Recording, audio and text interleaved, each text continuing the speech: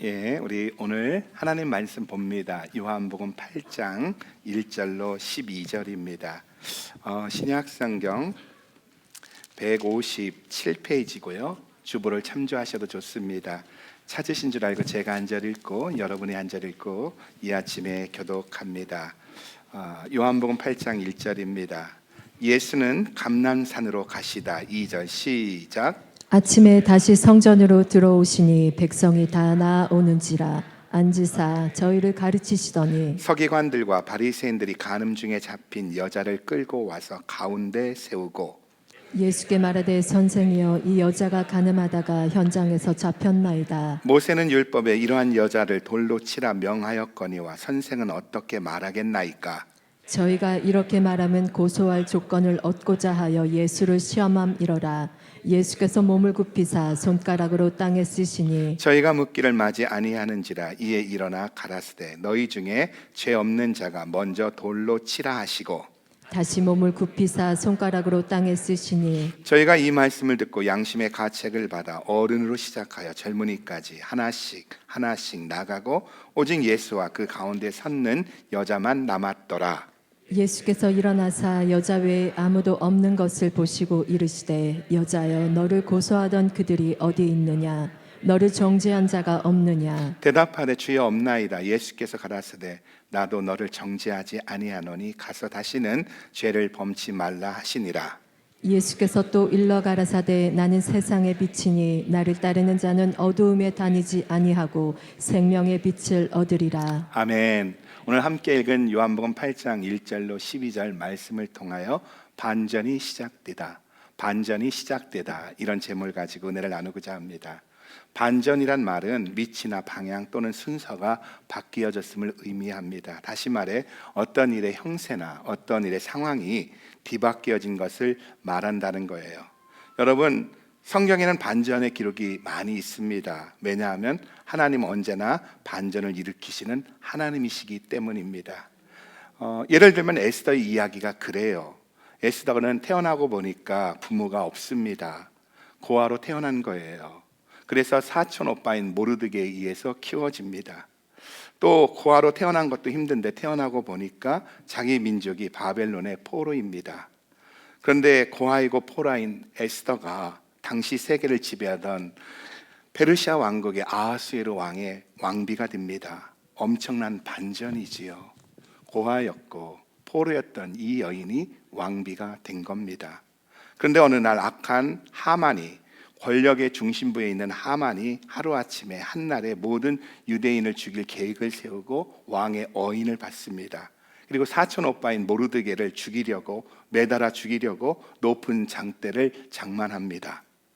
이제 아버지 같았던 사촌 오빠도 죽고 자기의 모든 민족이 죽고 어쩌면 정치적 힘에 의해서 자신도 죽을 수밖에 없게 된 겁니다. 이때 에스더가 어떻게 한지 아세요? 온 유대 민족에게 금식을 선포하고 자기도 금식하고 왕에게 나갑니다. 아하수에로 왕은 어떤 사람입니까? 180일간 잔치를 베풀고도 그것이 모자라 7일간 더했던 남자입니다. 그러니까 여자를 좋아하는 남자예요. 정욕적인 남자입니다. 이런 남자에게 나가려면 어떻게 해야 됩니까? 화장해야 됩니다. 마사지도 받아야 됩니다. 향수도 뿌려야 됩니다. 옷도 야한 옷 입어야 됩니다. 그런데 에스더는 어떻게 했다고요? 금식했대요. 여러분, 금식하면 입에서 냄새 납니다. 얼굴도 푸석해서 화장도 받지 않습니다. 그런데 에스더는 이 왕 앞에 나가기 위해서 금식했다는 거예요. 이 말은 죽으면 죽으리라는 각오로, 하나님만 의지하겠다는 각오로 왕에게 나아갔다는 겁니다. 그래서 금식하고 나아갔더니 어떻게 되었다고요? 하나님의 아하수에로 왕의 눈에 에스더가 너무 예뻐 보이게 만들어줍니다. 그래서 에스더를 보자마자 뭐라고 말합니까? 어이 이뻐라, 나라의 절반이라도 줄게, 넌 내 거야, 이럽니다. 그리고 에스더의 지혜로요, 결국 모든 유대인을 죽이기로 한 날에 모르드게를 장대에 매달아 죽이려 했던 그 장대에 악한 하만이 달려 죽습니다. 엄청난 반전의 사건입니다. 애굽에서 종살이하던 이스라엘 백성들이 애굽에서 벗어나는 것도 반전 중에 반전입니다. 모두가 종입니다. 할아버지도 종이고 아버지도 종이고 자신도 종이고 자식도 종입니다. 평생 종의 신분에서 벗어나지 못합니다. 이렇게 종으로 살다가 이렇게 종으로 죽는 것이 인생이라는 사실 앞에 좌절하고 있을 때 하나님은 이들을 건져내고 홍해를 가르시고 건너게 하심으로 구원해 주십니다. 엄청난 반전입니다. 요셉의 이야기도 반전이고요. 어린 소년 다윗이 골리앗을 쓸어 넘어뜨린 것도 반전이고요. 포로로 잡혀간 소년 다니엘이 바벨론에서 총리가 된 것도 반전입니다. 그래서 성경 이야기가 재밌는 거예요. 많은 반전의 이야기들이 있기 때문에 성경이 재밌는 겁니다. 근데 우리는 여기서 질문이 생겨요. 왜 성경에는 하나님이 이루신 반전의 사건들이 많이 있느냐는 질문이 생깁니다. 왜 성경의 이야기는 반전이지? 하는 질문이 생깁니다. 그것은 인류의 역사가 하나님의 생각과 반대로 가기 때문입니다. 모든 사람이 죄를 범하였고 의인은 없나니 하나도 없고 하나님의 영광이 이르지 못했다는 말씀처럼 모든 사람이 하나님의 뜻과 반대로 살았기 때문이라는 거예요. 만약 모든 사람이 하나님의 뜻대로 살았다면 반전이 있을 수 없습니다. 그러나 하나님께서 하나님의 형상과 모양대로 지음받은 인간이 하나님을 거역하고 불순종하고 죄의 길로 갔기 때문에 죄의 길에서 돌이키는 반전이 필요하다는 겁니다. 그래서 성경에 기록된 모든 반전의 기록들은요, 하나님께서 그의 백성들을 구속해내시는, 건져내시는 사건이라는 거예요. 기록이라는 겁니다. 여러분, 반전을 가장 극하게 표현한 것이 있다면 그것은 빛과 어둠일 겁니다. 지난 주간 추수감사 주간으로 아이들이 학교를 가지 않았습니다. 아이들이 학교를 가지 않으면 대다수의 아이들은 늦잠을 잡니다. 오늘 보니까 일부 예배 나온 아이들도 있던데 그런 몇몇 아이들 빼고는 대다수가 늦잠을 잡니다. 밥을 먹어야 하고요. 약속이 있는데도, 해가 중천에 떠 있는데도 자꾸 이불수로 들어갑니다. 일어나라고 해도 이불수로 들어간다는 거예요. 이때 아이들 깨우는 가장 좋은 방법이 뭐지요? 이불을 걷어내고 커튼을 열고 창문을 여는 겁니다. 저희 어머니 같은 경우는 바가지에다 물을 들고 와서 부었습니다. 여러분, 늦잠 자는 애들, 이불수로 기어 들어간 애들을 깨우는 가장 좋은 방법은 이불을 걷어내 커튼을 열고 창문을 여는 거예요. 그러면 안 일어날 수가 없다는 겁니다. 왜 그렇죠? 밝아서 안 일어날 수가 없는 거예요. 이처럼 어둠과 빛은 우리가 인생을 살면서 경험할 수 있는 가장 극적인 반전이라는 겁니다. 그래서 12절에 보면은 예수님은 빛과 어둠에 대하여 이렇게 말씀하고 있어요. 우리 12절 같이 한번 읽어봅니다. 시작. 예수께서 또 일러 가라사대 나는 세상의 빛이니 나를 따르는 자는 어두움에 다니지 아니하고 생명의 빛을 얻으리라. 나는 생명의 빛이다. 나는 생명의 빛이다. 여러분, 이것은 유명한 선언입니다. 요한복음 전체에는, 우리가 지금 요한복음을 나누고 있는데 요한복음 전체에는 나는 무엇이다 라는 예수님의 7가지 선언이 나옵니다. 다시 말해 예수님 자신이 하나님이심을 선언하기 위한 7가지 선언이 이 요한복음 속에 있다는 거예요. 6장에서 지난 시간 나누었지. 나는 생명의 떡이다. 그리고 오늘 본문 8장에서 나는 세상의 빛이다. 그리고 10장에서는 나는 양의 문이다. 나는 선한 목자다. 그리고 11장에서는 죽은 나사로를 살리시며 나는 부활이요 생명이다. 그리고 14장에서 나는 길이요 진리요 생명이다. 그리고 15장에서는 나는 참 포도나무라고 하셨다는 겁니다. 이렇게 요한복음 안에는 예수님 자신이 하나님이라는 7가지 선언이 나오는데 그 중에 하나가 오늘 본문 말씀에 나오는 나는 세상의 빛이라는 선언입니다. 그리고 계속 나누고 있지만 여기 나오는 나는 할 때 이 나는 세상의 빛이다. 나는 생명의 떡이다. 나는 부활이요 그리고 생명이다 하실 때 이 나는요 일반적으로 내가 말이야 내가 했어 하는 식으로 말하는 내가라는 의미가 아니라 하나님에 대해서만 사용되는 신적 칭호라는 거예요. 그래서 출애굽기 3장에 보면은 하나님이 호렙산 가시나무 떨기에서 모세를 부르시고 난 다음에 모세에게 말합니다. 모세야, 내가 너를 통해서 모든 이스라엘 백성을 애굽에서 건져내어 가나안 땅으로 인도하겠다 이렇게 말하자 모세가 출애굽기 3장 13절에 뭐라고 합니까? 당신의 이름이 뭐냐고 묻습니다. 우리 한번 13절 읽어봐요. 같이 읽어봅니다. 시작. 모세가 하나님께 구하되 내가 이스라엘 자손에게 가서 이르기를 너희 조상의 하나님이 나를 너희에게 보내셨다 하면 그들이 내게 묻기를 그의 이름이 무엇이냐 하리니 내가 무엇이라고 그들에게 말하리이까. 예, 내가 가서 그들에게 말할 때, 그들이 너를 보낸 사람이 누구냐고 물을 때, 그 하나님이 누구냐고 물을 때 내가 어떻게 대답해야 되겠느냐고 묻습니다. 그러자 14절에 하나님이 이렇게 말씀하시는 거예요. 같이 읽어봐요. 시작. 하나님이 모세에게 이르시되 나는 스스로 있는 자니라. 또 이르시되 너는 이스라엘 자손에게 이같이 이르기를 스스로 있는 자가 나를 너희에게 보내셨다 자, 우리 하라. 14절 잠깐만 고정해 놓고요. 여기에 보세요. 여러분, 하나님의 이름이 무엇이라고요? 나는 스스로 있는 자니라. 나는 스스로 있는 자. 그런데 이것을 영어로 보면 뭐라고 합니까? I am who I am입니다. 그러니까 여기에 I am이라는 말은요, 하나님에게만 해당하는 신적인 명칭이라는 거예요. 그런데 예수님은 구약 출애굽기에서 하나님이 사용하셨던 이 I am이라는 명칭을요, 지금 여기서 사용하고 있다는 거예요. 그러니까 여기서 내가 생명의 떡이다, 내가 세상의 빛이란 말은 헬라어로 보면 아나 하야인데 나는 여호와다, 이 뜻입니다. 그러니까 자신이 여호와 하나님이라는 거예요. 그런데 예수님께서 오늘 여기에 보면 나는 세상의 빛이다, 이렇게 말씀합니다. 이 말은 예수님은 하나님이시기 때문에 예수님을 경험한 사람마다 어둠이 물러가고 빛을 경험하는 반전을 경험하게 된다는 거예요. 예수님은 하나님이신데 예수님 말씀하시는 거예요. 나는 빛이다. 그렇기 때문에 예수를 믿는 사람은 어둠이 물러가고 빛을 경험하게 되는 줄 믿으시기 바랍니다. 여러분, 예수 믿으세요? 예수님이 하나님이시고 예수님이 나의 주인이심을 믿으십니까? 그렇다면 우리 모두는 반전을 경험할 수가 있다는 거예요. 그래서 나는 세상의 빛이니 나를 믿는 자는 어둠에 다니지 아니하고 생명의 빛을 얻으리라. 이 말씀은요, 어둠에 다니지 아니하고, 이 말은요, 예수님께서 이 세상에 오시기 전에는, 우리가 예수 믿기 전에는 모든 사람이 어둠 가운데 있었다는 이야기예요. 우리 인생이 어둠이었다는 거예요. 예수 믿기 전에는, 예수님이 오시기 전에는 내 인생이 어둠이었다는 거예요.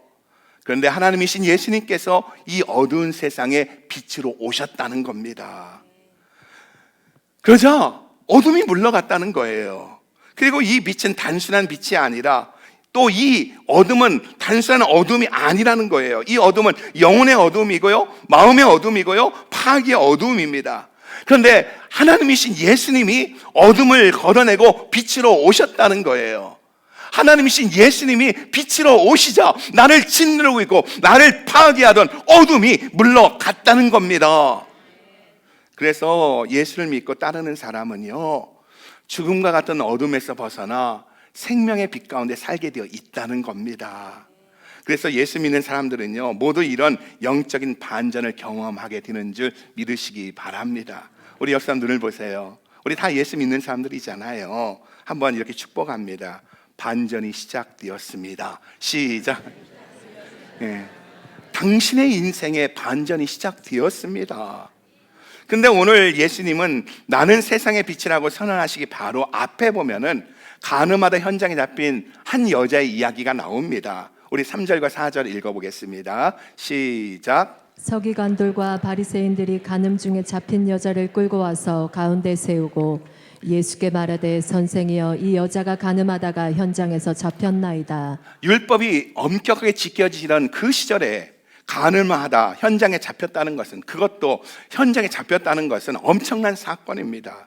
그래서 서기관과 바리새인들은요, 인정사정 보지 않고 이 여자를 질질 끌고 예수님 앞에 옵니다. 그리고 내동댕이 칩니다. 그리고는 예수님께 이렇게 말합니다. 5절과 6절입니다. 같이 읽어봅니다. 시작. 모세는 율법에 이러한 여자를 돌로 치라 명하였거니와 선생은 어떻게 말하긴됐나이까.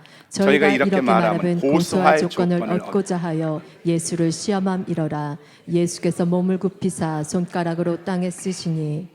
그러니까 지금 간음하다 현장에 잡힌 이 여인을 질질 끌고 온 서기관과 바리새인들은요, 간음한 여인을 통해서 간음한 여인도 심판하고요, 자기들의 보기에 눈에 가시 같은 예수님도 곤경에 빠뜨리고 체포하려고 이렇게 사람들이 보는 앞에서 질문하는 거예요. 선생이요, 이 여자가 간음하다 현장에서 잡혔어요. 아시겠어요? 이 여자가 현장에 간음하다 잡혔다니까요. 모세의 율법에 보면 이런 여자는 돌로 쳐 죽이라고 했는데 선생님 어떻게 할까요? 그들이 이렇게 말하면서 예수님의 이 질문 앞에서 도망갈 수 없을 것이라고 생각했습니다. 이런 여자는 모세의 율법에 돌로 치라고 했는데 선생님 어떻게 하겠습니까? 만약 이 질문에 예수님이 돌로 치라 하면 당시의 사형의 권한은 로마 정부에게만 있는데 예수님이 돌로 치라 하면 예수님은 로마의 법을 어기게 되는 거고요. 반대로 살려주라 하면은 용서해야 한다고 하면은 모세의 율법을 어기는 거예요. 살려주라고 해도 모세의 율법을 어기고 또 돌로 치라 하면은 로마의 법을 어기고 이러지도 못하고 저러지도 못하는 질문을 한 겁니다. 그래서 6절에 보면 왜 이런 질문을 했다고요? 고소할 조건을 얻고자 하여 예수님을 시험하기 위함이라고 말씀하고 있다는 거예요. 이렇게 예수님을 올무에 빠뜨리고 질문한 후에 빤히 쳐다보면서 예수님의 대답을 기다리죠. 근데 예수님이 전혀 생각지 않은 말을 하십니다. 우리 7절과 8절 읽어봅니다. 시작. 저희가 묻기를 마치 아니하는지라 이에 일어나 가라사대 너희 중에 죄 없는 자가 돌로 먼저 치라 하시고 다시 몸을 굽히사 손가락으로 땅에 쓰시니 너희 중에 죄 없는 자가 먼저 돌로 치라고 말씀하신 후 몸을 굽혀 땅에 글을 쓰기 시작했다. 그러면 예수님이 땅에 글을 썼는데 무슨 글을 썼을까요? 무엇을 썼는지는 헬라어 단어를 보면 압니다. 여기에 땅에 쓰다를 헬라어로 보면 카테그란데인데, 카테그란펜인데 여기서 카테를 영어로 보면은 어게인스트입니다. 그리고 그란펜은 글을 쓰다입니다. 그러니까 대항하여 썼다는 거예요. 그들을 대항하여 썼다는 거예요. 낙서한 것이 아니라 그냥 무심코 당신의 얼굴을 그린 게 아니라 대항하여 썼다는 거예요. 그랬더니 사람들이 그 글을 보고 그 자리를 떠났다는 거예요. 9절입니다. 같이 한번 보겠습니다. 같이 읽어봐요. 시작. 저희가 이 말씀을 듣고 양심의 가책을 받아 어른으로 시작하여 젊은이까지 하나씩 나가고 오직 예수와 그 가운데 섰는 여자만 남았더라. 왜 떠났다고요? 예수님을 고소하려고 왔던 그 사람들이 예수님을 올무에 가두렸다 했던 사람이 왜 떠났다고요? 양심의 가책을 받아 떠났다는 거예요. 그래서 많은 신학자들은 그때 예수님께서 그 자리에 모였던 자들의 개인적인 죄를 쓰지 않았겠느냐 말씀하고 있습니다. 이런 거지요. 경건한 척하며 믿음 있는 척하며 사람들에게 자기는 믿음 있다고 하면서 아무개 믿음 있다 너는 어젯밤에 어땠어? 금식한다고 하면서 3일 금식한다면 이틀 밥 먹었지 뭐 이런 거 썼다는 거예요. 너 11조 한다고 뻥뻥 치면서도 온전한 11조 안 드렸잖아. 아무개 너는 옆집 여자를 보고 음욕을 품었지. 너 간음했지. 이런 거 쓴 겁니다. 이런 이야기를 계속 쓰니까 자기 죄가 폭로되는 것을 바라보고 부끄러워서 그 자리에 있을 수가 없어서 한 명씩 떠나서 결국 예수님과 이 여인만 남게 되었다는 겁니다. 사람들이 다 떠나자 예수님이 이 여자에게 물어요. 10절입니다. 같이 읽어봅니다. 시작. 예수께서 일어나사 여자 외에 아무도 없는 것을 보시고 이르시되 여자여 너를 고소하던 그들이 어디 있느냐 너를 정죄한 자가 없느냐. 여자야 너를 고발하는 사람이 어디 있느냐 너를 정죄한 자가 없느냐. 그러자 여인이 기어 들어간 목소리로 주여 아무도 없나이다 대답하자 예수님이 이렇게 말하죠. 11절 한 번 더 읽어봅니다. 시작. 대답하되 주여 없나이다. 예수께서 가라사대 나도 너를 정죄하지 아니하노니 가서 다시는 죄를 범치 말라 하시니라. 다시는 죄를 범하지 말아라. 나도 너를 정죄하지 않는다. 나는 너를 용서한다. 다시는 그렇게 살지 말아라. 여러분, 여인을 고소하던 서기관과 바리새인들이 그리고 그들과 함께 온 사람들이 다 그 자리를 떠난 것은요 그들의 마음속에 있는 죄, 즉 어둠 때문이라는 거예요. 예수님 빛으로 오시자 어둠이 견디지 못하고 도망간 겁니다. 그들이 예수님의 빛 앞에 맞아요. 나는 죄인입니다. 빛 드신 예수님 앞에서 자기의 죄가 드러났을 때 주님 용서해 주세요. 저는 죄인입니다. 회개합니다. 어떻게 하면 좋겠습니까? 이렇게 가슴을 치며 회개했으면 좋았을 텐데 이들은 어둠에 머물러 있기를 작정하고 어둠으로 도망갔다는 거예요. 마치 뒷뜰에 젖은 그 골판지 종이를 드러내면은 그 밑에 있었던 쥐며느리가 바퀴벌레가 그리고 지네가 어떻게 합니까? 막 야단을 치면서 다시 어둠 속으로 그늘 속으로 빛이 없는 곳으로 스며들듯이 이 서기관과 바리새인들은 빛으로 오신 예수님 빛이자 자기의 어둠이 드러나자 어떻게 했다고요? 그 어둠을 감추기 위해 다시 어둠으로 숨어 들어갔다는 거예요. 그러나 간음한 여인은요 이 빛 앞에서 빛 드신 예수님 앞에서 다시는 죄의 노예가 되지 않기를 작정하고 새로운 삶을 살기로 작정했다는 거예요. 여러분 이것이 반전이라는 겁니다. 오늘 이 바리새인과 이 여인의 차이, 겉으로 볼 때 이 여인은 간음한 여인이고 현장에 붙잡힌 여인이고 돌에 맞을 여인이었고, 이 바리새인과 서기관은 사람들에게 믿음이 있는 척, 경건한 척 했던 사람들입니다. 그러나 두 사람에게 똑같이 빛으로 예수님이 오셨다는 거예요. 하나님이신 그분이 빛으로 오셨다는 거예요. 그러나 바리새인들은, 경건한 척 했던 사람들은 자기 속에 있는 그 어둠이 드러나니까, 죄가 드러나니까 어떻게 했다고요? 그 어둠을 감추기 다시 어둠 속으로 들어갔다는 거예요. 그러나 현장에 잡힌 이 여인은 자기의 어둠이 드러나는 그 순간 용서해달라고 회개하며 예수님께 나왔다는 거예요. 그저 이 여인에게 반전의 역사가 일어났다는 겁니다. 요한복음 8장에서 인생의 위대한 반전을 경험한 여인, 이 여인의 이야기가 끝나고 난 다음에 예수님은 나는 세상의 빛이니 누구든지 나를 따르는 자는 어둠에 다니지 아니하고 생명의 빛을 얻으리라고 말씀하고 있다는 거예요.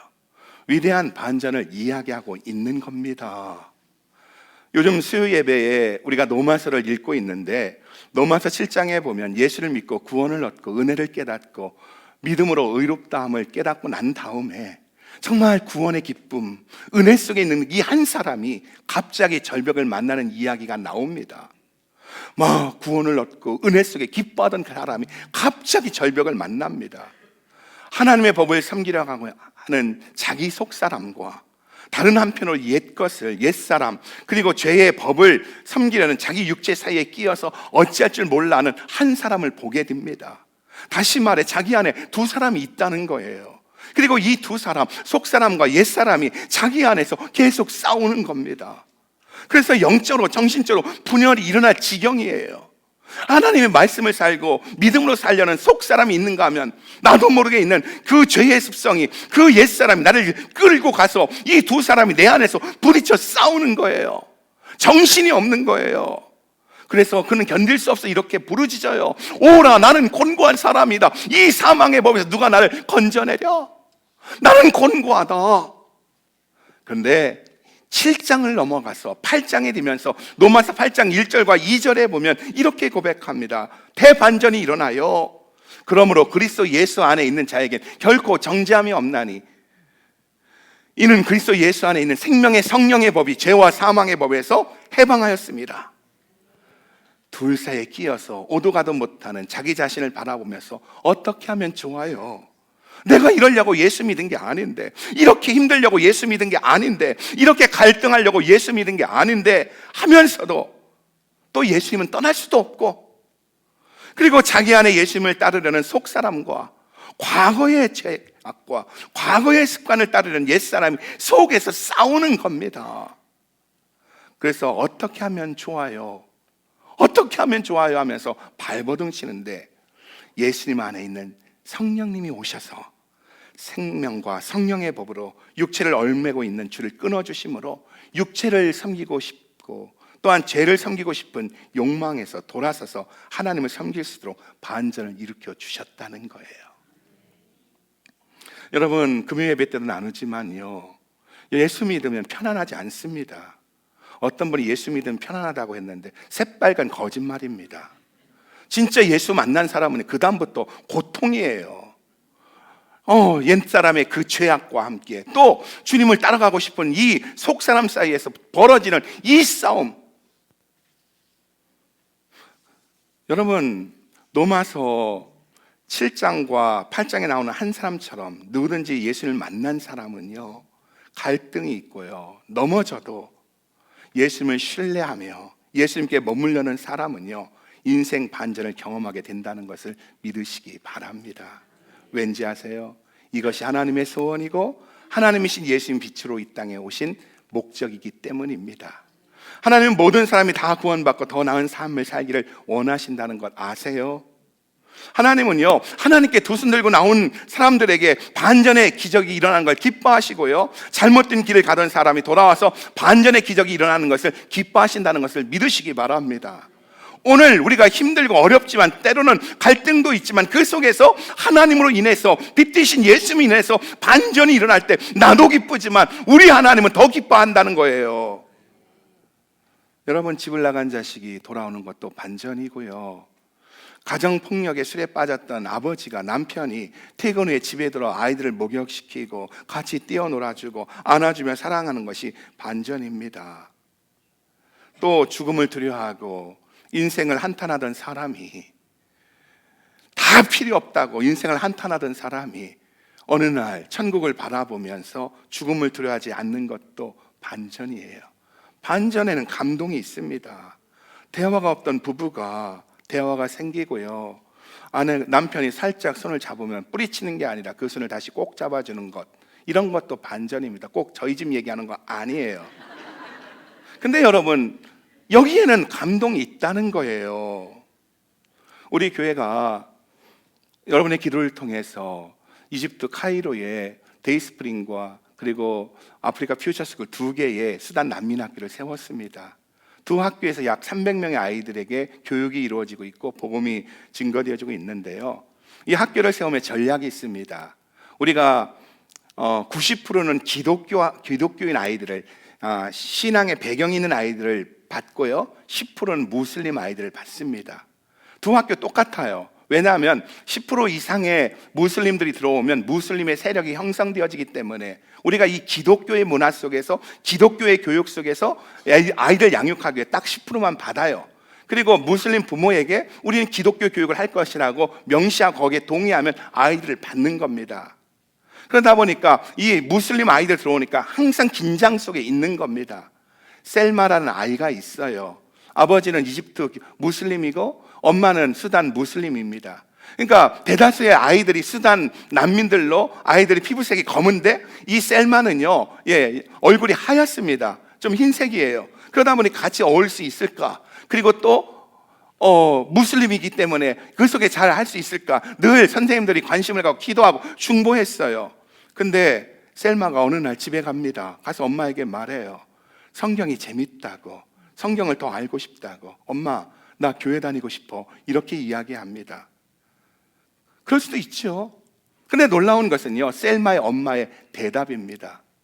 그 말을 듣고 한참 고민하더니 데이스프링 학교가 소개해준 교회라면, 거기에 김미연 선교사님, 교장 선생님이 소개해준 교회라면 네가 다녀도 될 것 같아. 허락해줬다는 거예요.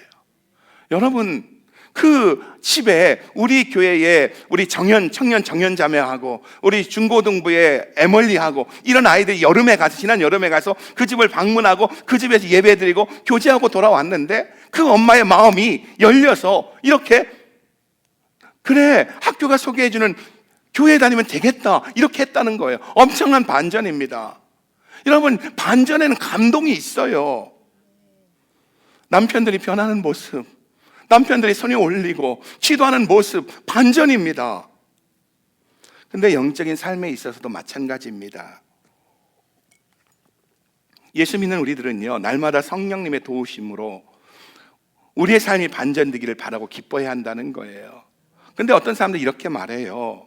예수 한 번 믿으면 끝난다고, 한 번 회개하면 됐다고, 예수 믿을 때 거룩이 임했다고 이야기합니다. 여러분, 그게 사실이라면요, 예수 믿을 때 거룩이 임했다면 로마서 7장과 8장에 이 갈등은 없을 겁니다.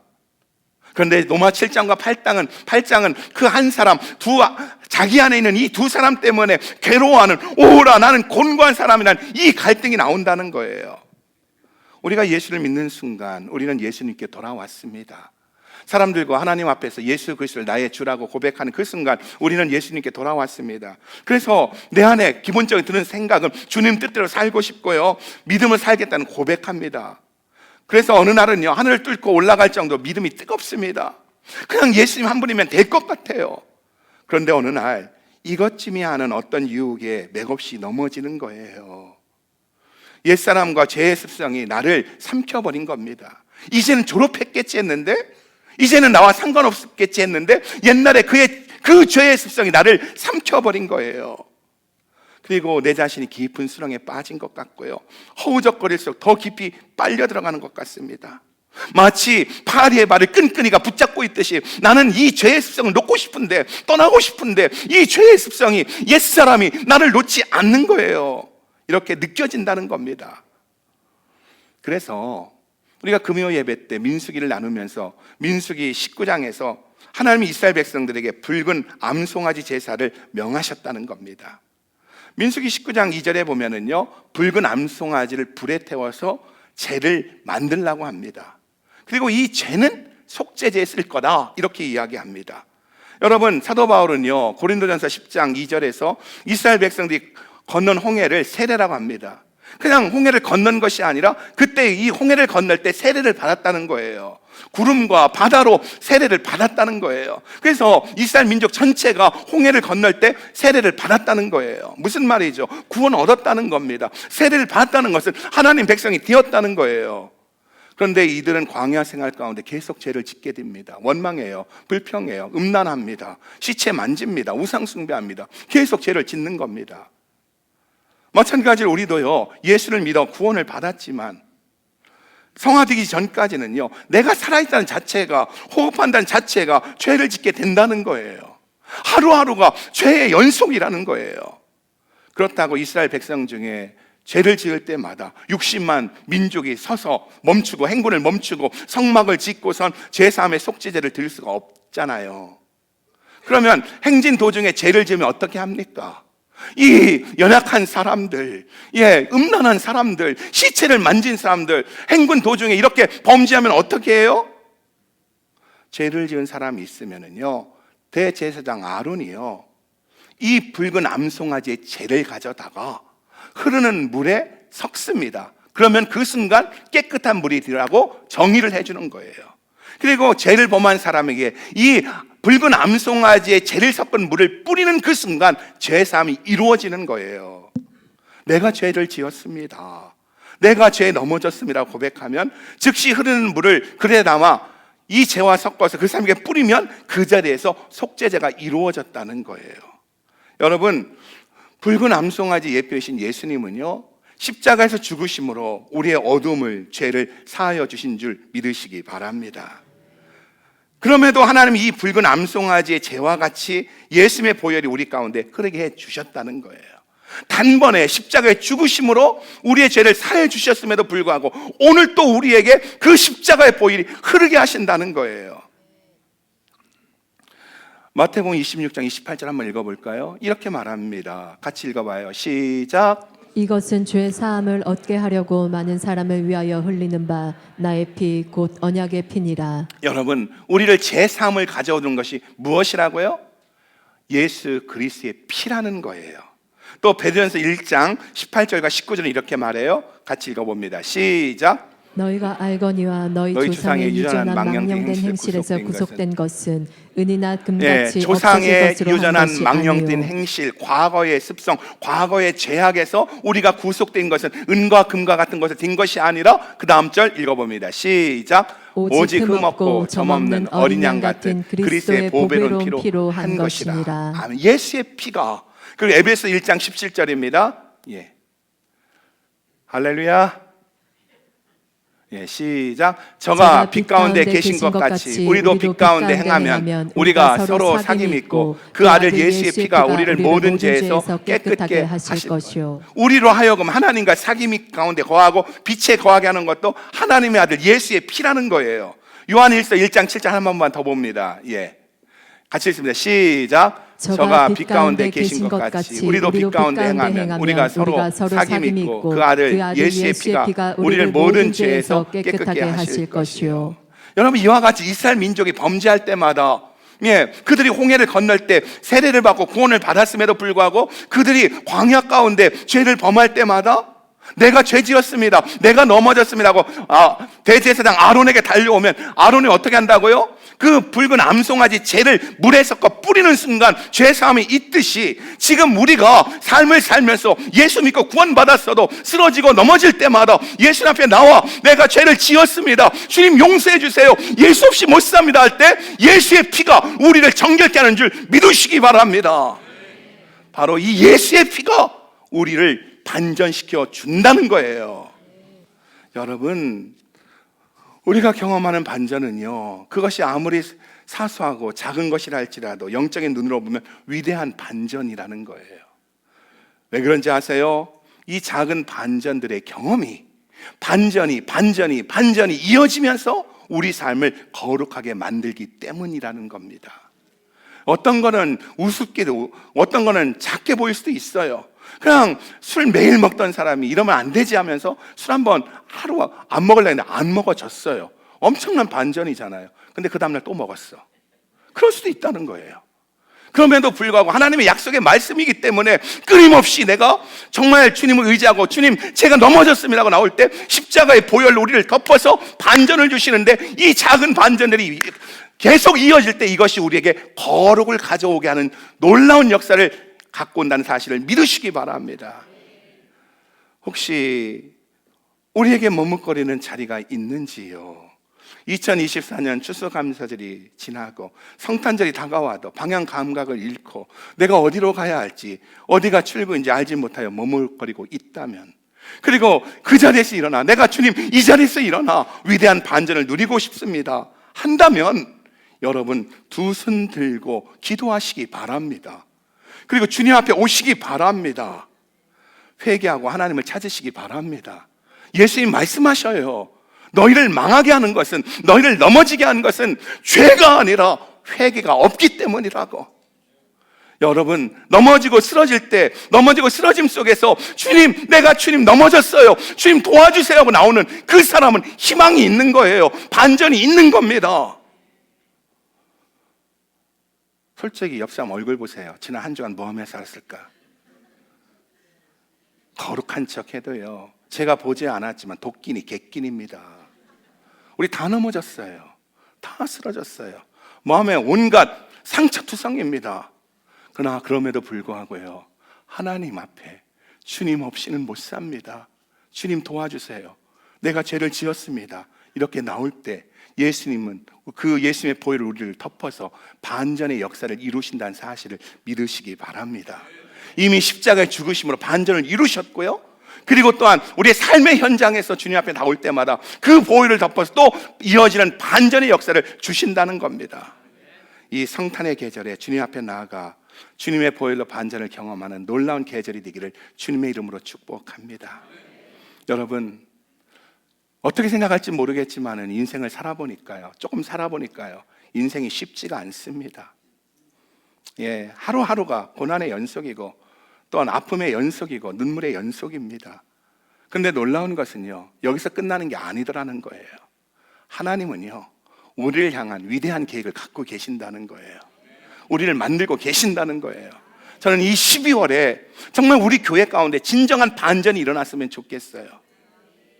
나는 여러분에게 이 12월에 죄 짓지 말라고, 술 먹지 말라고, 도박장 가지 말라고.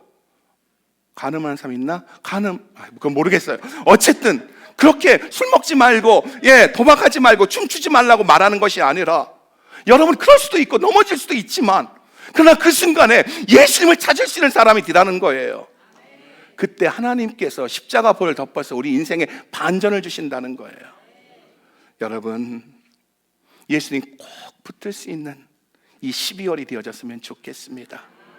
오늘 주님의 보혈이 우리를 덮어주길 위해 기다리고 있습니다. 하나님 우리를 도와주실 준비가 되어 있다는 것 믿으시기 바랍니다. 이제 우리가 결심만 하면 되고요, 주님만 바라보기만 하면 되고요, 주님 앞에 돌아가기만 하면 되는 줄 믿으시기 바랍니다. 시작됐네 우리의 반전이. 다 같이 고개 숙이겠습니다.